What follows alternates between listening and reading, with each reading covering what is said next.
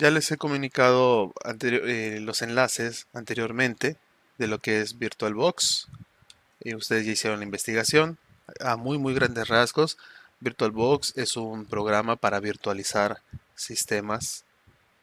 Nuestro objetivo con ellos va a ser simular que tenemos varios equipos de cómputo corriendo en simultáneo dentro de uno solo.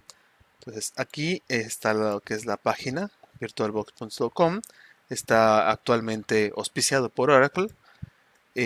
Si nosotros le damos descargar, nos envía a esta subpágina. Y aquí nosotros solamente tenemos que entrar donde dice Windows Host. Va a empezar la descarga. Son 100 megas. Yo lo voy a cancelar porque ya lo descargué previamente. Y si nosotros estamos interesados en que nos dé soporte para que a esas máquinas virtuales le podamos conectar USB 2.0 y USB 3.0, tenemos que darle clic aquí donde dice, obviamente con la misma versión, 6.1.18, igual aquí está, 6.1.18, donde nos trae una extensión pack para que soporte este tipo de acceso de medios.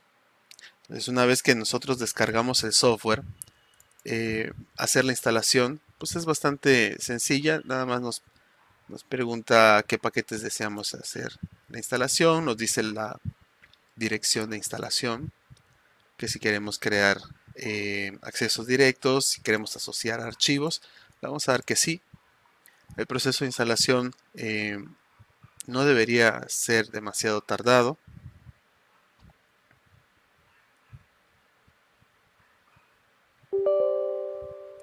Permisos de administrador. Y esta pregunta que nos va a hacer si deseamos instalar el software de equipo es para que lo reconozca como un controlador de espacios. Puede ser de almacenamiento, puede ser de disco. Aquí, para que entonces nos pueda generar esas particiones internas, le vamos a dar que sí. Le vamos a dar instalar. En algún punto, lo que hace el software es reservar en el espacio de nuestro disco duro eh, como si fuera un disco duro virtual. Entonces finalizamos la instalación, nos muestra ya lo que es el Oracle. Aquí ya tenemos la interfaz, tenemos para hacer configuración sobre el Oracle en sí. El meollo de nuestro asunto es aquí, en nuevas máquinas virtuales. Y también, si queremos de una vez instalar este paquete de extensión, le vamos a dar doble clic. Nos va a decir está a punto de instalar un paquete de extensión para VirtualBox. Le damos que sí deseamos instalarlo. Leemos la licencia. Nos pide confirmación. Le damos que sí. Entonces ya nos dice el paquete de extensión se ha instalado. Entonces podemos cerrar esta otra versión. Ya nos debe dar soporte para poder hacer lectura y escritura de unidades USB. Entonces, ¿cómo vamos a crear una máquina virtual? Podemos tener una máquina virtual sin sistema operativo instalado. Le vamos a dar aquí donde dice nueva. Nos va a pedir un nombre. Podemos aquí ponerle Windows XP. Si se dan cuenta, mientras yo fui tecleando, aquí fue haciendo una selección del Windows y de repente le pongo Windows 10.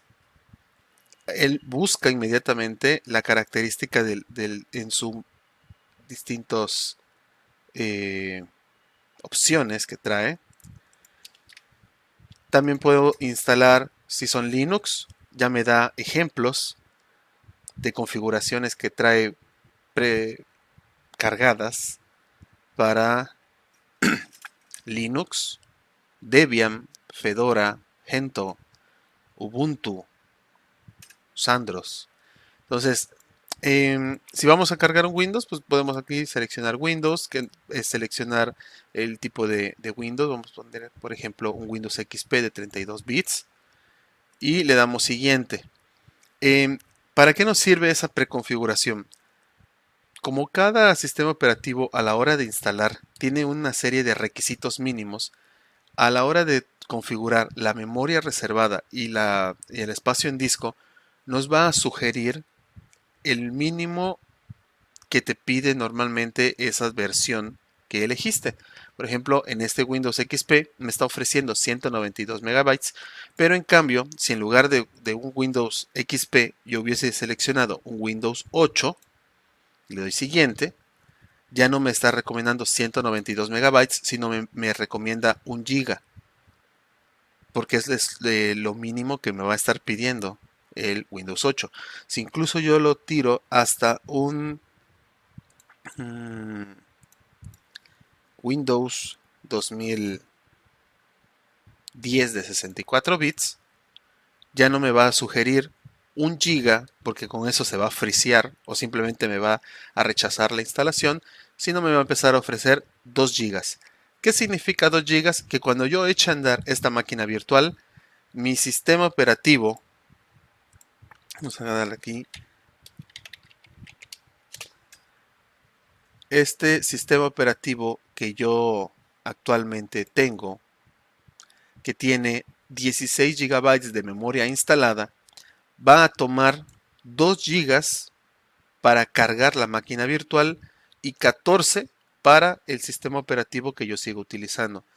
Entonces, que yo tenga 16 gigas me va a permitir cargar unas 3, 4 máquinas virtuales sin que yo empiece a sentir que mi sistema operativo empieza a tener un menor rendimiento, es que se agache, podríamos decirlo de forma coloquial. Entonces, este es uno de los primeros parámetros, es muy importante. Si le damos menos de lo que pide, por ejemplo, que tengamos una laptop que nada más tiene 4 gigas de RAM y le queremos poner una máquina virtual para Windows 10, tan solo el sistema operativo que ustedes manejen puede ocupar 2 gigas, por ejemplo, ya todo el sistema operativo. Y si nos damos los otros 2 gigas a la máquina virtual, lo que vamos a hacer es que la máquina se nos va a congelar. Entonces, por eso es importante estas cifras. Lo siguiente, lo que nos va a pedir es establecer ahora el espacio de disco duro que le queremos ofrecer a la partición. Aquí, como yo utilicé Windows 10, me está sugiriendo que yo tome de todo el almacenamiento que tengo, que yo tome 50 gigabytes. La verdad es bastante. Si yo en cambio tomara la versión XP de 32 bits, que otra vez volvió a bajar a 192 megas, que es la memoria RAM, me está ofreciendo de que el disco duro o el espacio para el disco duro virtual que yo reserve bastaría con unos 10 gigabytes.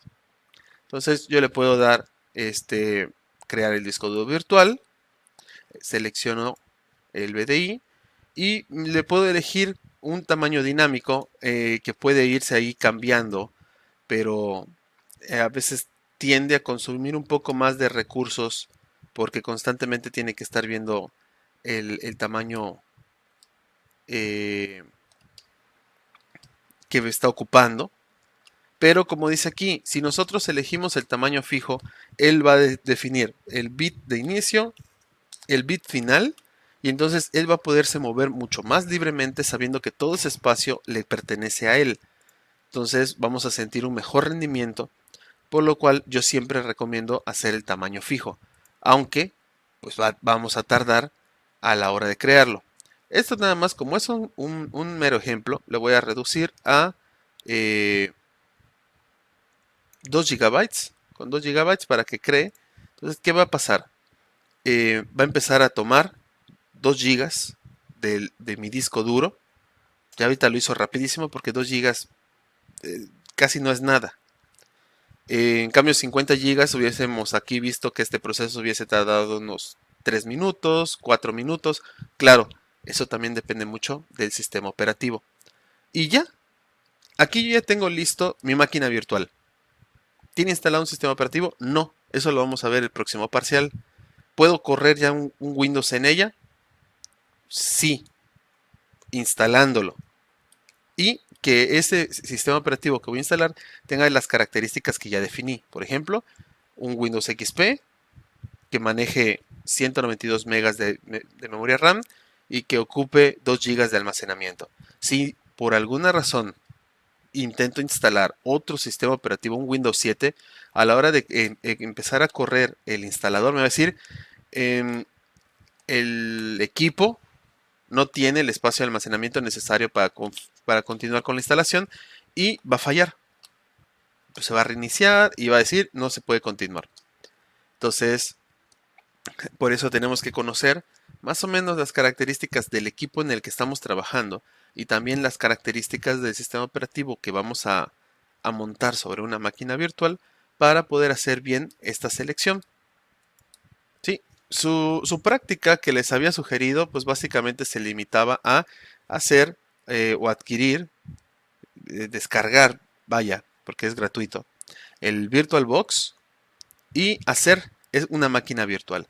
¿Cuál? Ustedes elijan, no están como tal eh, instalando todavía nada, no va a tardar mucho, pero sí pueden ustedes ver, experimentar ahí a la hora de crearla cómo seleccionar uno u otro sistema operativo va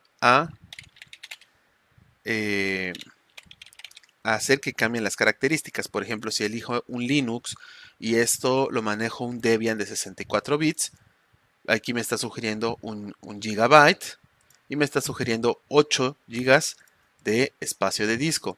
Si me voy por una versión mucho más moderna, como Ubuntu, que suele ser más pesado, me está sugiriendo igual 1 giga y me está sugiriendo 10 gigabytes.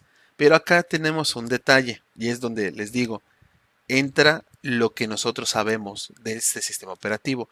Porque si le estoy intentando instalar un Ubuntu de 64 bits en la versión Ubuntu 16, no voy a tener problema por el giga de RAM ni tampoco por los 10 gigas de almacenamiento. Es más, hasta está sobrado. Pero si le estoy tratando de instalar un Ubuntu 20, no va a funcionar. No va a funcionar porque, vamos a ver, Ubuntu Download. Últimamente, el Ubuntu pide más. Nos dice recomendación del sistema, al menos 4 gigabytes de almacenamiento, de RAM, perdón, memoria de sistema, 4 gigas.